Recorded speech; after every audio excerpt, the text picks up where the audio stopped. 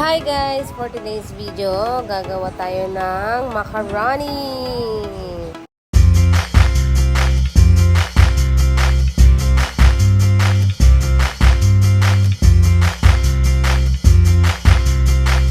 So, isa po ito sa mga inihahanda tuwing may birthday o tuwing Pasko. Kaya naman, Merry Christmas po sa inyong lahat. Sigurado, meron po ito sa inyong mga lamesa sa darating na Pasko at bagong taon. Yes! So, eto na nga po ang mga kakailanganing sangkap. Sa 2 kilo po, lalagyan po natin ng 4 na condensed, 4 na Nestle cream, at saka isang malaking mayonnaise. And then, the rest, yun pong mga cheese. Depende na po sa inyo yan dyan. Tsaka yung fruit cocktail, nata de coco. Pwede rin po itong lagyan ng raisins tsaka ng kaong, pero nakalimutan ko lang pong bumili. So, ayan na nga po ang ating macaroni. Mimix na po natin siya. Make sure po na bago natin to imimix, wala po itong mga natitirang sabaw ng fruit cocktail at ng mga nata de coco.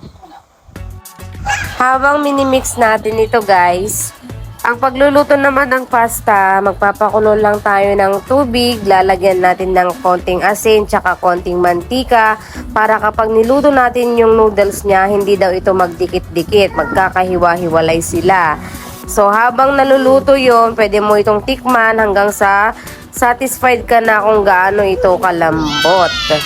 So, ayan na nga po. Mix lang natin lahat ng mga sangkap. Madali lamang ito, guys. Pero mahal din sa budget. May handaan nga pala dito sa amin ngayon. Kaya ang toka ko ngayon ay gumawa ng macaroni. Yung mga iba naman po nakasama namin sa bahay. May kani-kanilang ginagawa. May nagluluto po ng kambing. May naghihiwa po ng mga gulay para sa pansit. Mamaya po makikita nyo po kung ano yung ganap namin ngayong araw. Naalala ko lang kapag si mama naman o kaya si kuya Toper, kasi sila po yung mahilig gumawa nito. Natutunan ko lang po ito dahil sa kanila. Dahil habang ginagawa ito, nanonood ako. Alam mo yun, yung bata pa kayo.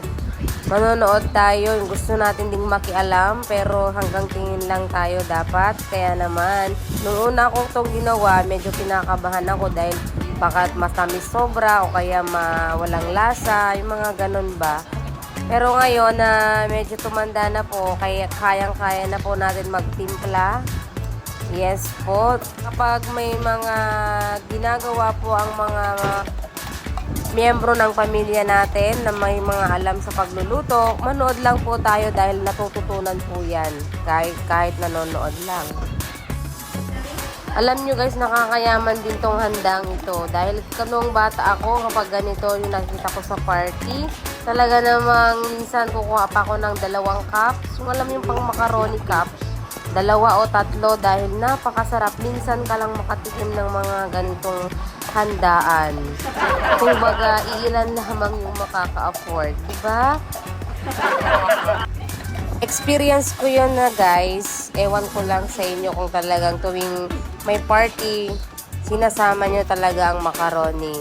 Pero ang tatak sa akin kapag macaroni, Christmas. Christmas talaga o kaya New Year. So malapit na nga po ang Christmas and New Year. Sana po maging maganda po ang Pasko at bagong taon nyo at tayong lahat. So eto pong cheese cubes lang po ang paghihiwa nito.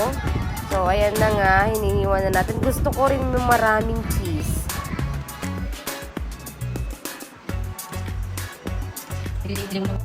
So, ilalagay na nga po natin dyan. Then, mamaya kapag nalagay na natin lahat, kompleto na, mimix na po natin siya. So, andyan po si Lola dahil paborito po yan ni Lola. Gumamit nga pala ako dyan ng sandok na kahoy. Yung kapag hinalo-halo mo siya, hindi madudurog ang mga pasta. So, ayan na nga po. Napaka-creamy. Ang sarap-sarap. Kapag tapos na po yung haluin, lagay na po natin sa container and then i-ref po natin para lumamig. Then, ayan na nga. Happy eating po. Thank you.